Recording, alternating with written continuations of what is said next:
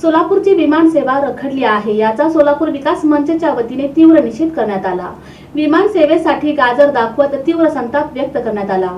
विमान सेवेतील प्रमुख अडथळे दूर करूनही 1.5 वर्षांपेक्षा अधिक काळ लोटलाय। विमानतळाचं नूतनीकरण होऊन 4 महिने झाले तरीही सोलापूरच्या होडगी रोडवरील विमानतळावरून नागरी विमानसेवा अद्याप सुरू झाली नाहीये। या संदर्भात सोमवारी सोलापूर विकास मंचनं गाजर आंदोलन करून शासनाचं लक्ष वेधलं।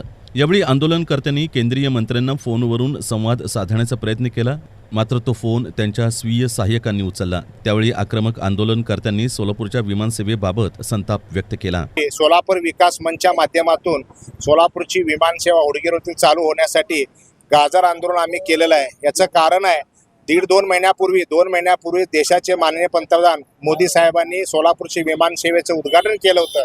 त्यानंतर देशाचे वाहतूक मंत्री पर्यटन मंत्री श्री मुरलीधर मोहोळ अण्णा यांनी सुद्धा सोलापूरला येऊन पत्रकार परिषद घेऊन 23 डिसेंबर 2024 रोजी सोलापूरची विमानसेवा चालू होईल अशी घोषणा केली होती। पण आज जवळपास 30 डिसेंबर आहे, अजूनही सोलापूरची विमानसेवा चालू होत नाही।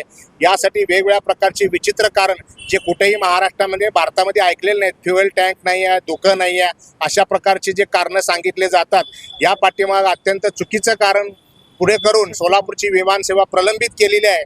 माझी सरकारला विनंती आहे, केंद्र शासन आणि महाराष्ट्र शासनाला, की सोलापूर विकास मंचने जे आंदोलन केलं या आंदोलनाची दखल घेऊन येत्या 15 जानेवारी जे सोलापूरचं ग्रामदैवत आहे शिवयोगी सिद्धेश्वर महाराज यांच्या यात्रेला जवळपास 50 ते 60 लाख लोक परराज्यातून 5-6 राज्यातून येतात।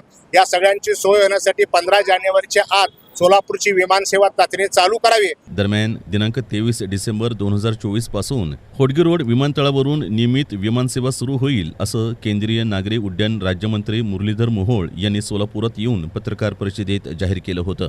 परंतु प्रत्यक्षात 23 डिसेंबर रोजी विमानसेवा सुरू झाली नाही। विमानसेवा सुरू न होण्यामागं हास्यास्पद कारणं दिली जात आहेत। त्यामुळे सोलापूर विकास मंचनं शासन आणि प्रशासनाविरोधात पुन्हा एकदा एल्गार पुकारला आहे।